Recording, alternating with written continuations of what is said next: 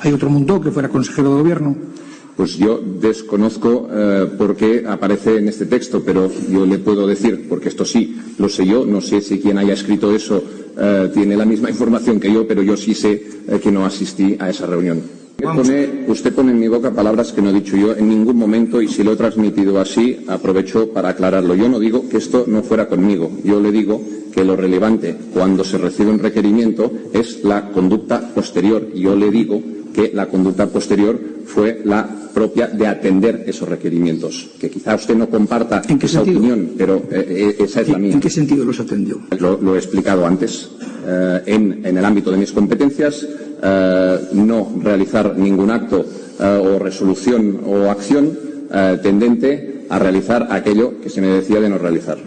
Usted le da mucho valor al número de notificaciones, etcétera. No al número de notificaciones. Le doy valor a las decisiones que tomaron el Tribunal Constitucional y los tribunales. Sí, ha destacado el número, y yo digo que el número no me parece especialmente relevante si tengo en cuenta que la mayoría de esos requerimientos se referían a actividad del Parlamento, del cual yo no era miembro. Yo insisto, a partir del interrogatorio, yo creo que lo relevante es poder valorar los hechos, aquello que hice, aquello que no hice, para entender en qué medida, en qué proporción, aquello que creo que usted da por supuesto y yo no, pues sucedió. ¿Usted fue a votar el día del referéndum?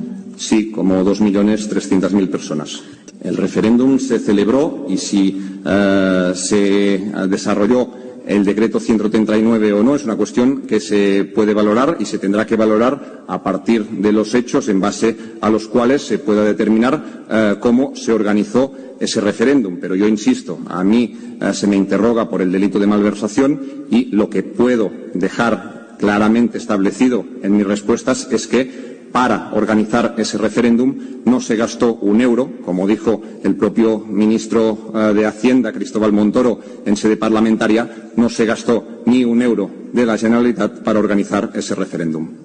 Sí, era muy fácil, porque en mi municipio solo hay un colegio electoral. ¿Y sabía que en aquel colegio electoral se podía votar? Sí, cuando llegué se pudo votar, pero insisto, creo que tener un debate sobre el derecho a voto o no me parece por lo menos sorprendente, y en cualquier caso tengo que insistir. Yo no sé si el hecho de ir a votar tiene o no relación con el delito de malversación. Entonces, cuando usted fue al colegio, lo que tenía era la convicción de que existían las papeletas y las urnas. Bueno, yo no sé si tenía la convicción, pero cuando llegué estaban las papeletas y las urnas, efectivamente, y pude votar, sí. En cuanto a convocar, yo creo que usted misma lo ha dicho, y como está grabado se podría comprobar. Usted ha dicho que estampar la firma en el decreto de convocatoria no añade ni elimina efectos jurídicos, con lo cual creo que la respuesta está exactamente ahí. Y sobre otros hechos concretos, el desconvocar, pues si era mi firma irrelevante para convocar, imagino que lo sería también para desconvocar.